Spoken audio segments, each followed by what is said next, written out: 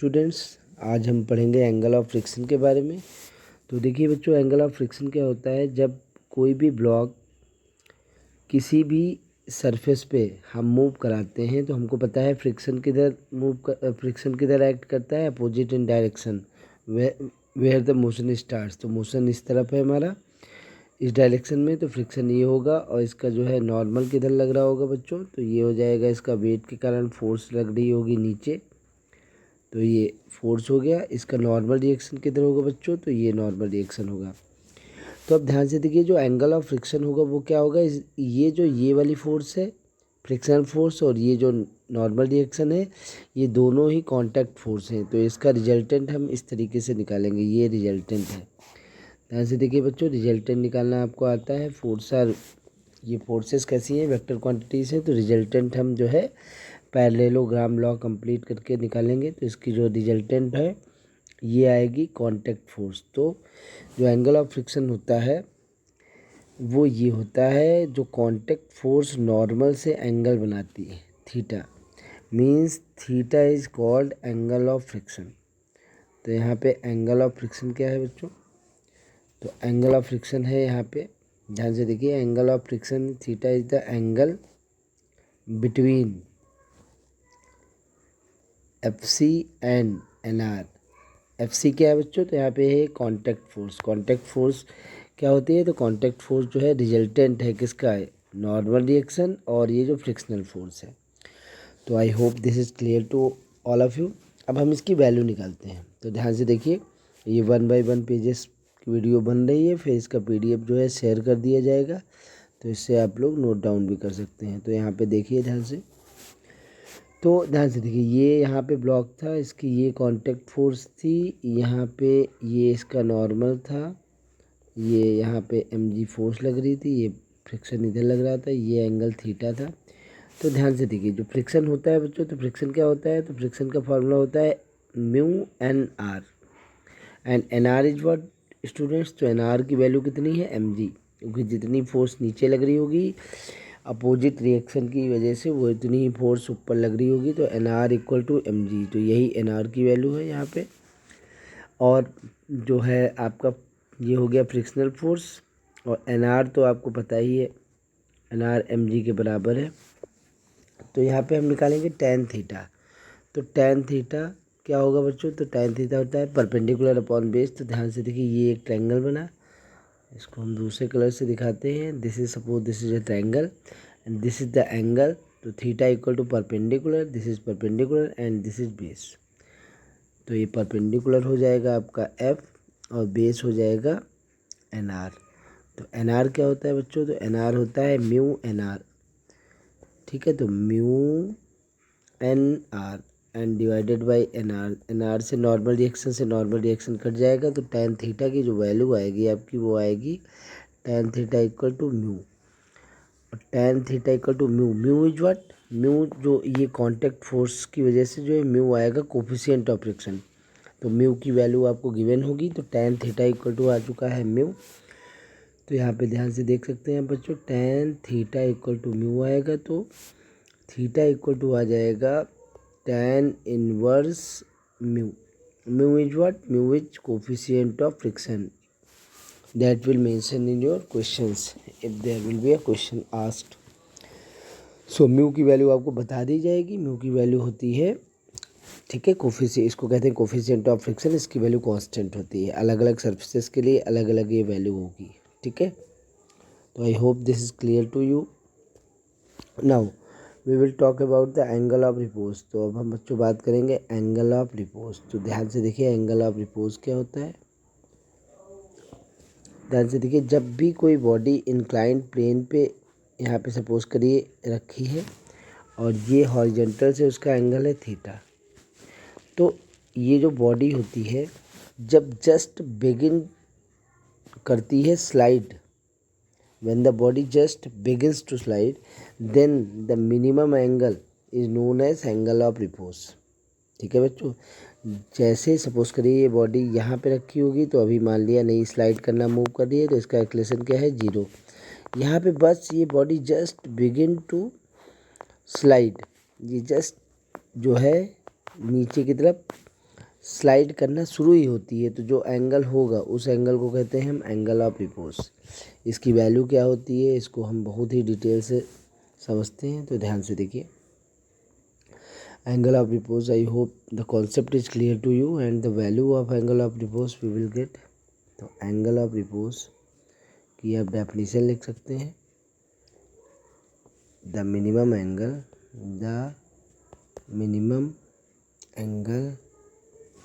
when inclined body just begins to slide। ठीक है, तो ये एंगल ऑफ रिपोज की ये डेफिनेशन है। बिल्कुल सिंपल वर्ड्स में ये डेफिनेशन हम यहाँ पे जो है एक्सप्रेस कर रहे हैं। I hope this is clear to you. No, देखते हैं कि इसकी वैल्यू कितनी आएगी। तो यहाँ पे देखते हैं इसकी वैल्यू कितनी आएगी बच्चों। तो सपोज करिए दिस इज़ द ब्लॉक, ये ब्लॉक है, very important concept this is, so understand clearly. Suppose करिए ब्लॉक है, उसका जो मास है वो m है, तो इसके नीचे की तरफ जो वेट लग रहा है वो हो गया mg। इसका नॉर्मल रिएक्शन बच्चों किधर होगा, this is the normal reaction is always perpendicular to the surface, तो दिस इज नॉर्मल रिएक्शन। और यहाँ पे ध्यान से देखिए बच्चों, यहाँ पे इसको हम थोड़ा सा आगे प्रोड्यूस करेंगे, तो ये एंगल अगर थीटा होगा तो दिस एंगल विल ऑल्सो भी थीटा। अब ध्यान से देखिए, ये mg है, तो ये mg फोर्स नीचे की तरफ लग रही है, तो इसके दो कंपोनेंट हो जाएंगे, because it is a vector quantity, तो इसके दो कंपोनेंट होंगे। एक हो जाएगा mg cos थीटा और दूसरा कंपोनेंट हो जाएगा mg sin थीटा। ठीक है, अब ध्यान से देखिए, यहाँ पे अगर एक्सेलरेशन जीरो है तो फ्रिक्शन किधर लगेगा। तो अगर बॉडी नीचे स्लाइड नहीं कर रही है तो एक्सेलरेशन इसका इस तरह से होगा, ये होगा, सॉरी, इसका फ्रिक्शन किधर होगा, इधर। एक्सेलरेशन तो इसका जीरो ही होगा, क्योंकि बॉडी ना ऊपर जा रही है ना नीचे स्लाइड कर रही है। तो वो पर्टिकुलर जो एंगल होगा उस थीटा होगा। ठीक है बच्चों, वो पर्टिकुलर एंगल क्या होगा, थीटा। अब ध्यान से देखिए, इस थीटा की वैल्यू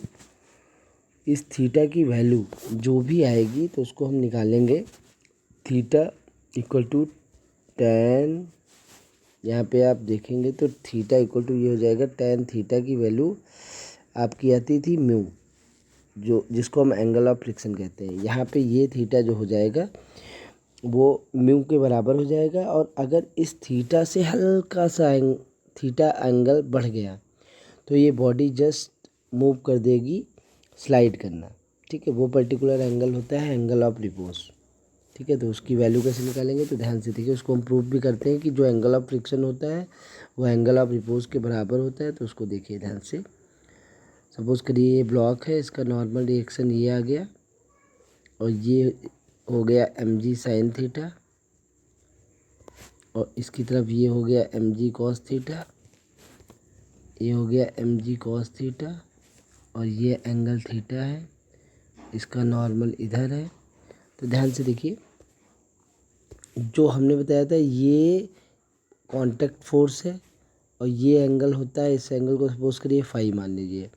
अब इसकी वैल्यू हम निकालेंगे बाय यूजिंग पैरेललोग्राम ला। तो tan फाई की वैल्यू ध्यान से देखिए बच्चों कितनी हो जाएगी, तो tan फाई की वैल्यू हो जाएगी यहाँ पे tan phi equal to mg sine theta, और नीचे ये भी इसका परपेंडिकुलर हो जाएगा nr, तो nr की वैल्यू कितनी होगी mg cos थीटा, तो यहाँ पे हो जाएगा mg cos थीटा।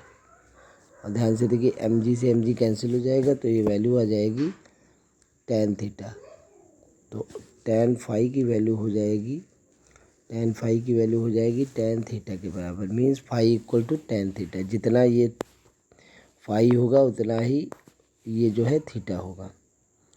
ठीक है बच्चों, तो जो इसमें एंगल ऑफ फ्रिक्शन होगा वही एंगल ऑफ रिपोज हो जाएगा। बस जस्ट डेफिनेशंस जो है चेंज है। एंगल ऑफ फ्रिक्शन वो होता है जो नॉर्मल से कांटेक्ट फोर्स बनाती है, और एंगल ऑफ रिपोज की डेफिनेशन वो होती है कि जब कोई बॉडी इंक्लाइन प्लेन पे रखी है, वो जस्ट स्लाइड करना शुरू करती है, तो जो मिनिमम एंगल होता है उसको कहते हैं angle of repose. I hope this is clear to all of you. अब यहाँ पे इसके में एक बहुत ही इम्पॉर्टेंट कॉन्सेप्ट समझते हैं, उसको देखिए। आप समझना बहुत इम्पॉर्टेंट है ये कॉन्सेप्ट। अगर ये कॉन्सेप्ट आपको समझ में आया तो फ्रिक्शन के आप कोई भी इंक्लाइन प्लेन वाले जो क्वेश्चन है वो बहुत ही ईजिली कर देंगे। ध्यान से देखिए बच्चों, ये एंगल थीटा है, इसके कंपोनेंट आप रिजॉल्व कर चुके हैं बिल्कुल सेम उसी तरीके से। This is M G sine theta and this is M G cos theta, this is M G, this is normal reaction. ध्यान से देखिए, इसमें फ्रिक्शन हम दिखाते हैं तो this is friction, the value of friction. अब ध्यान से देखिए, जब tan थीटा की वैल्यू ग्रेटर होगी म्यू से, मीन्स tan थीटा की वैल्यू जब भी बड़ी होगी ग्रेटर से, तो बताइए आप एक्सेलेरेशन होगा कि नहीं होगा। तो एक्सेलेरेशन यहाँ पे आप देख सकते हैं, जब tan थीटा की वैल्यू फ्रिक्शन से बड़ी है मीन्स थीटा इज ग्रेटर, तो एक्सेलेरेशन इसका होगा। तो एक्सेलेरेशन इसका जब होगा तो यहाँ पे फ्रिक्शन कितना होगा, acceleration is not equal to zero, तो एक्सेलेरेशन कितना होगा और फ्रिक्शन की वैल्यू क्या होगी। तो ध्यान से देखिए, फ्रिक्शन की वैल्यू हो जाएगी यहाँ पे बच्चों म्यू एन आर, ठीक है। And when tan theta is less than mu, then the friction will be M G sine theta, क्योंकि बॉडी, ठीक है, उतना ही फ्रिक्शन को प्रोड्यूस करेगी and this friction is called maximum friction, acceleration is zero, ठीक है। आप इसका नेक्स्ट पार्ट बनाएंगे, उसमें जो है इसकी वैल्यू हम दिखाएंगे, क्या एक्सेलेरेशन होगा, कितना एक्सेलेरेशन होगा, उसको हम करेंगे। Thanks for watching. I hope this concept is clear to all of you. Okay.